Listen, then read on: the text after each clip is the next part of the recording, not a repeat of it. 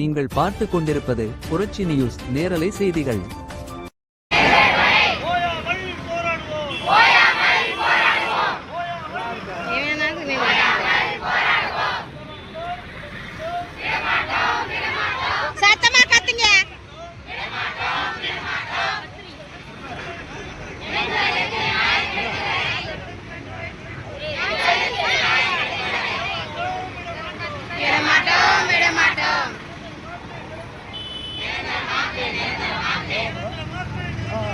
நிரந்தரமாக்கு நிரந்தரமாக்கு தூய்மை பணியாளர் நிரந்தரமாக்கு தூய்மை பணியாளர் நிரந்தரமாக்கு.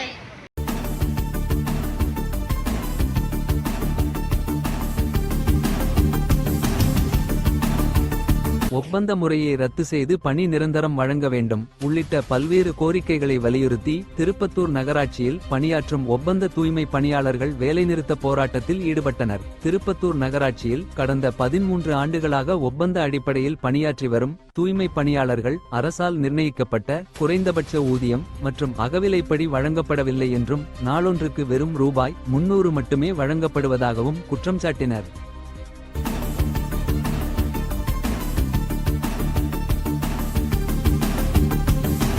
புரட்சி நியூஸ் செய்திகளுக்காக ஆசிரியர் புரட்சிதாசன். தினசரி நேரலை செய்திகளை உடனுக்குடன் தெரிந்து கொள்ள புரட்சி நியூஸ் செய்திகள் சேனலை சப்ஸ்கிரைப் செய்யவும்.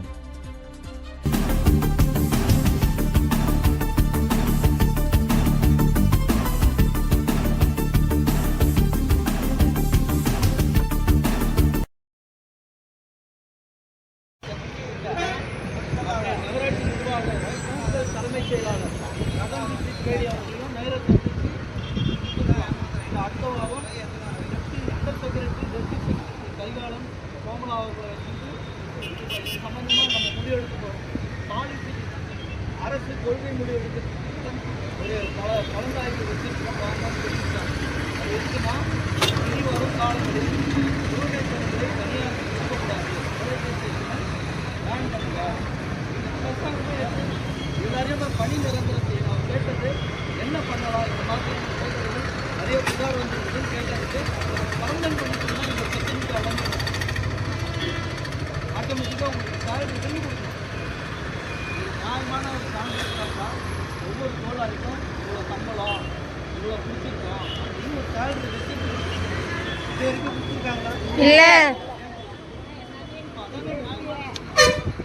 கடையில் போய் பொருள் வாங்கினா